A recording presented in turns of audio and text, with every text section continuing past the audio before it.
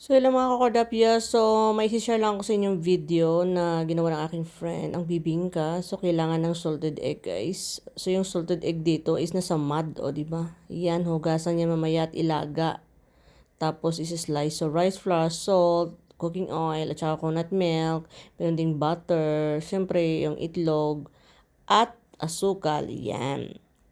So, ayan nga guys, binilin mo na yung butter. So, i-defrost nyo muna yung butter nyo hanggang hindi na super lambot. Basta yung medium-medium lang, o, di ba? Tapos, ilagay nyo na yung asukal.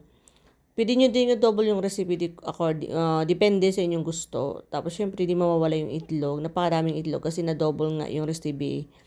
Dinouble ng kaibigan ko yung recipe. So, yung itlog na yan, wag mong ilagay lahat kasi mamaya mag-asik yan lahat. Dapat paunti-unti lang para ma-mix together, ma-mekos-mekos together. O yan.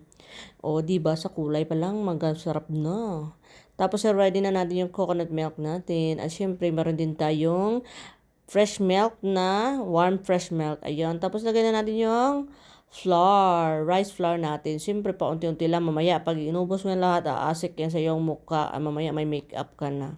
So, paunti-unti din para ma-mix together siya. So, ayan. Ayan na nga. Patapos na. O, diba? Ang galing talaga. Siyempre, nilagay ko na yun namin yung coconut milk at saka fresh milk together. Pero, paunti-unti lang. Wag yung ibuhos lahat. Para ma-mix siya lahat ng maigi. Ayan. Paunti-unti lang. O, diba? Alternate. Kumbaga. So, yan na nga. Patapos na yung ating coconut milk at saka yung gatas.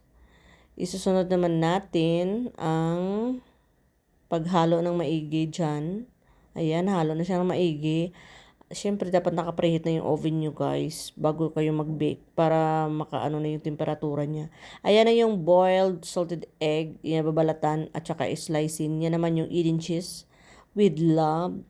Tapos dito, ang mahal pa naman ng dahon ng saging, guys. Kasi masarap yung bibingka pag sa dahon ng saging, di ba? Mahal dito. Kailangan mong bilhin. Wala ditong libre. So, ayan, i-assemble na ng kaibigan ko sa container. At ready for our breakfast tomorrow. O, di ba? Pinatulog ka na, pinakain ka pa, di ba? Tapos may putsiko pa. Package talaga. O, yan. I-spread lang natin yung Eden cheese. Tapos yung salted egg. Tapos, i-ready na siya sa oven. Masarap yan bukas, guys. Ito yung masarap na recipe kasi very, siya, fluffy. So, ayan. Ito na yung Prince product. Oh, lala. Sarap. So, anong pang hinintay nyo? I-try nyo na, guys. Bye.